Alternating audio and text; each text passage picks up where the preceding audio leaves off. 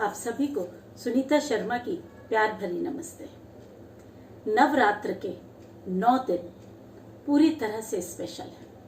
हर परिवार देवी की उपासना में तल्लीन है। दूसरी तरफ आज के समय में विश्व भर में दुराचार, अन्याय, विशेष रूप से माँ बहनों और छोटी बच्चियों के साथ अत्याचार और अनाचार हो रहा है। परिणाम स्वरूप परिवार बिखर रहे हैं।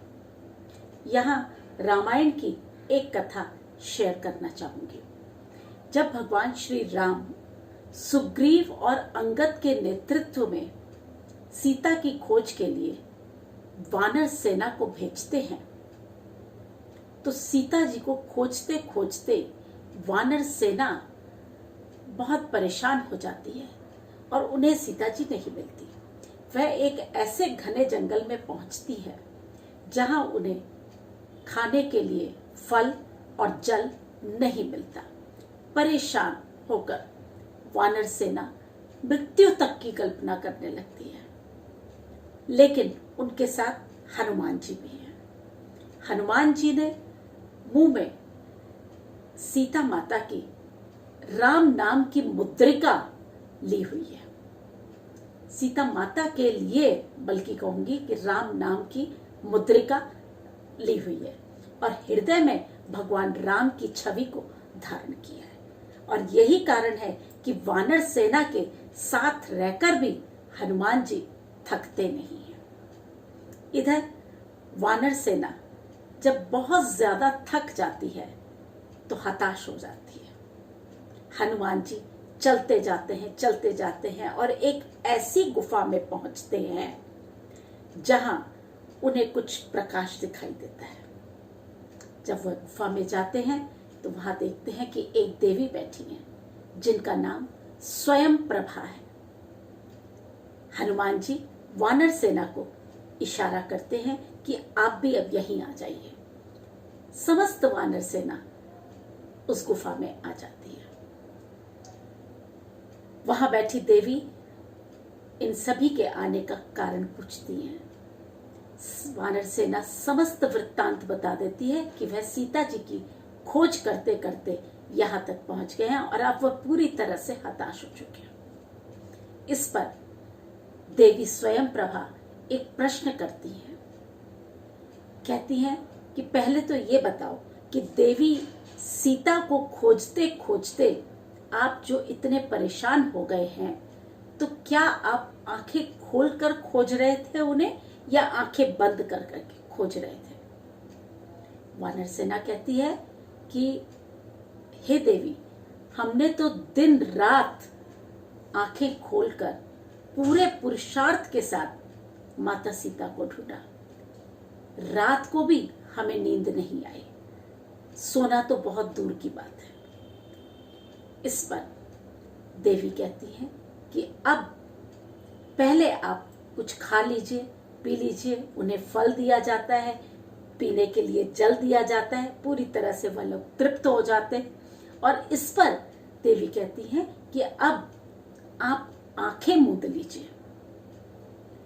वानर सेना हैरान होती है कि यहाँ देवी आंखें मूंदने के लिए क्यों कह रही हैं। और जैसे ही वो आंखें मूंदती हैं, देवी पूरी वानर सेना को एक समुद्र के किनारे पहुंचा देती है। जैसे ही उनकी आंखें खुलती हैं तो देवी उन्हें इस बात का आभास कराती हैं कि आंखें खोलकर जो कार्य आपने किया था, सीता मैया को ढूंढा था, वह पुरुषार्थ था, वह सांसारिक श्रम था जो संसार में रहकर आंखें खोलकर ही किया जाता है।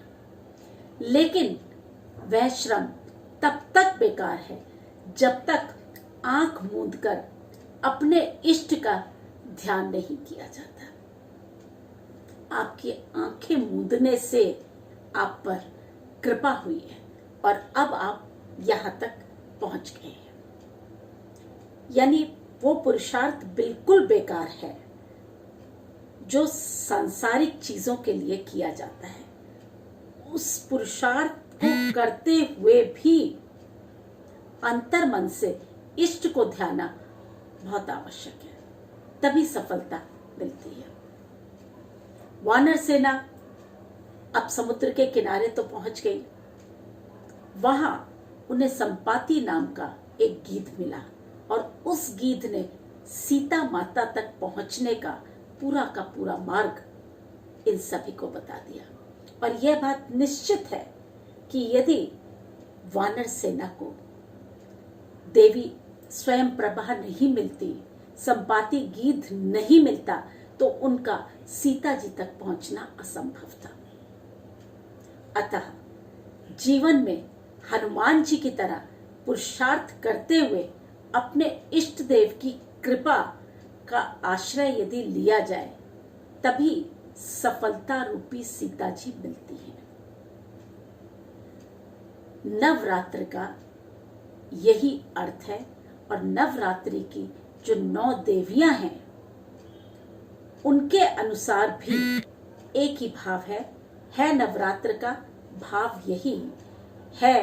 नवरात्र का भाव यही कि काम, क्रोध, मद, लोभ, ईर्ष्या, पर निंदा, धोखा, संपत्ति हड़पना, इन 9 भावों का करना होगा त्याग। है नवरात्र का भाव यही कि काम, क्रोध, मद, लोभ, मोह, ईर्ष्या, पर निंदा, धोखा, संपत्ति हड़पना का करना होगा त्याग। ये भावों को नष्ट करना ही नवदुर्गा की उपासना है। वास्तविक उपासना नवदुर्गा की यही है। इन 9 भावों का जब पूरी तरह से दहन होता है, वह दिन रावण के दहन का दिन है। यानी नवदुर्गा की जो पूजा की जाती है, 9 दिन जो उपासना की जाती है, इस उपासना में यदि हमने इन 9 दुर्भावों का त्याग नहीं किया, तो उपासना व्यर्थ गई। हाँ, 10वें दिन त्याग करने के बाद रावण का दहन इन दुर्भाव वाली भावनाओं का पूरी तरह से दहन करना है। अतः नव दुर्गा रूपी कल्याणकारी शक्तियों को तराशना है।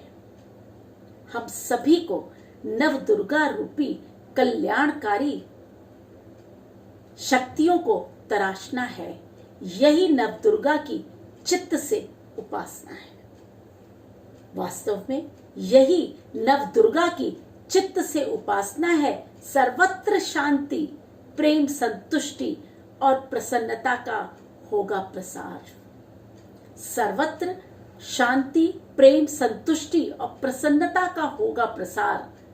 जिस भी व्यक्ति ने इनका त्याग कर दिया, उसके मन में तो पूरी तरह से शांति, प्रेम, संतुष्टि और प्रसन्नता रहेगी।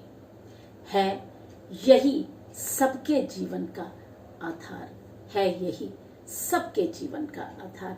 आप सभी को नवरात्रि की ढेर सारी शुभकामनाएं। आशा है हम सभी मिलकर अपने अपने इन 9 दुर्भावों का त्याग करेंगे, तभी हम असली नवदुर्गा पूजा के अधिकारी हैं। धन्यवाद। मेरा चैनल सब्सक्राइब और लाइक कर दीजिएगा। धन्यवाद।